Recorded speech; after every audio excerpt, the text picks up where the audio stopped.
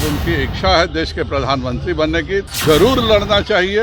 उनको भी समझ में आ जाएगा कि वह कहाँ पर हैं, और अगर उनको वाकई इच्छा है, क्योंकि यहाँ पर तो अब उनकी बेचारे की स्थिति यह हो गई है कि मानसिक आरोग्यशाला का उद्घाटन करने जाते हैं तो ऊपर का फीता तेजस्वी जी काटते हैं, नीचे का फीता मुख्यमंत्री काटते हैं। मेरा उनसे अनुरोध रहेगा कि कृपया कर 6 फीता रखें। कल पहला 6 फीता सहयोगी दल काट लें, 7वां फीता मुख्यमंत्री को अवश्य काटना चाहिए। वह गृह राज्य मंत्री को धमकी देता है कि हम उनको ठंडा कर देंगे। बिहार में ठंडा करने का अर्थ हर कोई जानता है। नमस्कार, लाइव सिटीज देख रहे हैं। मेरा नाम उत्कर्ष है। फूलपुर से चुनाव लड़ने की बात बिहार के मुख्यमंत्री नीतीश कुमार के सामने आ रही है। बीते दिन ललन सिंह जेडीयू के राष्ट्रीय अध्यक्ष हैं, जिन्होंने कहा कि वो कहीं से भी चुनाव लड़ सकते हैं। हालांकि इसको लेकर बीजेपी के प्रदेश अध्यक्ष संजय जायसवाल ने साफ कहा है कि उनको जहां से लड़ना है वो लड़ लें। इतना ही नहीं, उन्होंने यह भी कहा कि जिस तरीके से बिहार में हो रहा है कि जब एक अस्पताल का फीता काटने जाते हैं तो 2-2 रिबन लगाए जाते हैं, तो 1-2 क्यों, अब 6 रिबन लगाएं।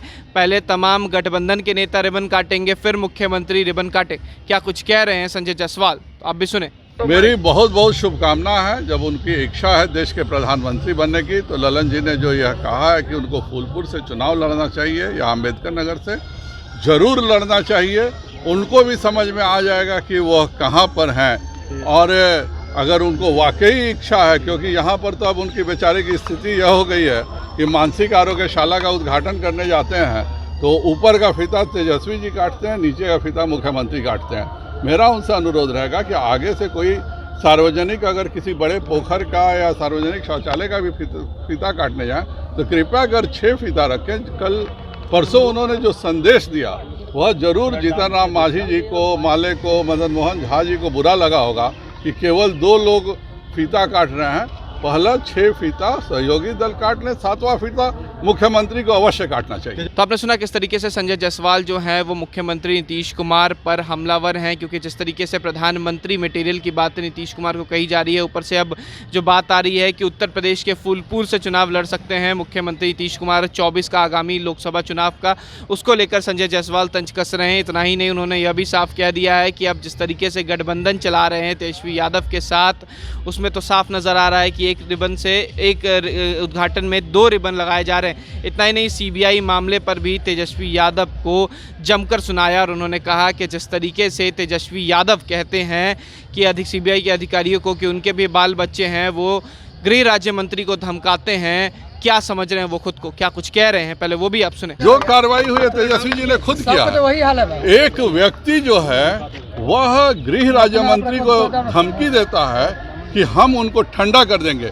बिहार में ठंडा करने का अर्थ हर कोई जानता है। तो अगर कोई व्यक्ति जो जमानत पर छूटा हुआ हो वह गृह राज्य मंत्री जी को ठंडा करने की धमकी देता है, तो वह सीबीआई के अफसरों पर कितना प्रभाव डाल रहा होगा। वो खुलेआम इस तरह से बोलना कि आपका भी परिवार है, आपकी भी पत्नी है, आप भी रिटायर करेंगे, इस तरह की बातें, एक जिसको कोर्ट ने जमानत पर दिया है, इस तरह की बातें करना सरासर गलत है और जरूर कार्रवाई होनी चाहिए। ललन जी ने ही सारा चीज उपलब्ध कराया है। माननीय मुख्यमंत्री जी ने 2016 में जब उनको अलग हटना था, तब उन्होंने तेजस्वी जी के बारे में सारी जानकारियां दी।